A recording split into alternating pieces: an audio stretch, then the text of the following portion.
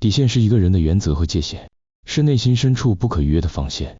每个人在与人相处时，总有一条无法妥协的底线。这不仅是对自己的尊重，也是维护个人尊严的关键。当一个人选择不争，不意味着可以被随意夺取属于他的一切。当一个人善良，也不代表别人就能肆意欺压。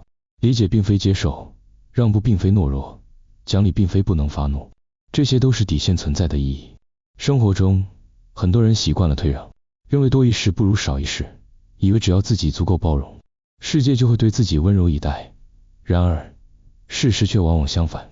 过于忍让，换来的不是尊重，而是一次又一次的试探；过于宽容，迎接的往往不是善意，而是变本加厉的得寸进尺。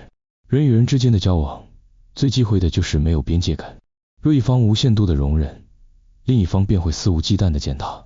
这就是为什么每个人都应该有底线的原因。真正成熟的人，从不轻易争执，因为他们懂得，争论无法解决问题，反而会消耗自己的情绪和精力。但这并不代表他们没有原则。当别人越过界限，侵犯到自身利益时，他们绝不会选择沉默，而是会毫不犹豫的反击。世界并非总是公平的，很多时候，若不为自己发声，没有人会替你争取应得的权益。因此，适当的坚持和据理力争，不是好斗，而是保护自己的一种方式。善良是一种可贵的品质，它让人愿意去理解和包容他人，愿意伸出援手，愿意用温暖去感化冷漠的世界。但善良并不应该是毫无底线的付出。如果善意被利用，善良就会变成一种愚蠢。有些人误以为，愿意去帮助别人，就应该毫无保留，哪怕对方无视自己的感受，哪怕自己的付出得不到任何回报。这样的善良，最终只会让自己受伤。真正的善良，是懂得衡量自己的能力，在保护自己的前提下，去帮助值得帮助的人，而不是对所有人一视同仁，毫无分寸地牺牲自己。理解是一种同理心，是站在对方的角度去思考问题，去感受他的经历和情绪。这种能力让人变得宽容，也让人能够更好地处理人际关系。然而，理解并不等于接受。当一个人的行为触及底线时，无论他有什么理由，都不应该成为对方无限纵容的理由。例如，一个人可能因为童年不幸，导致性格偏激，但这并不代表他的恶行可以被原谅。一个人可能因为成长环境艰难，习惯了算计和欺骗，但这并不能成为他伤害他人的借口。每个人都应该对自己的行为负责，无论背景如何，都不能作为践踏他人尊严的理由。世上从来没有真正的怕事之人，只有选择不惹事的人。许多人习惯于息事宁人，不是因为他们懦弱，而是因为他们懂得，与其将时间花在无谓的争执上，不如专注于提升自己。但这种选择并不意味着可以被欺负。若有人错误地将这种低调与懦弱画上等号，挑战了不该挑战的底线，那么最终的结果只会是亲手撕开对方的温和面具，看到他真正的坚定与果决。每个人都有自己的忍耐极限，当忍耐到达临界点时，爆发的威力远比那些平时就咄咄逼人的人更强烈。讲理是一种修养，是尊重规则的表现。然而，与讲理的人交往，并不意味着可以肆意践踏对方的耐心。一个真正讲道理的人，愿意用沟通来解决问题，但当对方无视道理，只想用蛮横来占便宜时，他绝不会选择继续忍让。这时，翻脸并非失控，而是一种必要的反击。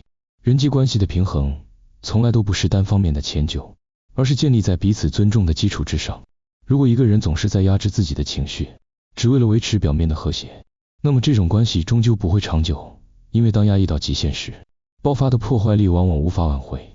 让步是一种智慧，是体现气度的方式。然而，让步是基于理解，而不是无底线的退缩。如果对方得寸进尺，让步变成了纵容，换来的不是对方的感激，而是更肆无忌惮的侵犯。因此，任何时候都要明白一个道理：善意可以给，但不能无条件的给；让步可以有，但不能毫无原则的让。懂得适时的坚持，才能让自己立于不败之地。做人要有底线，这是对自己的负责，也是对他人的尊重。底线不仅体现在人际交往中，还体现在做事的态度上。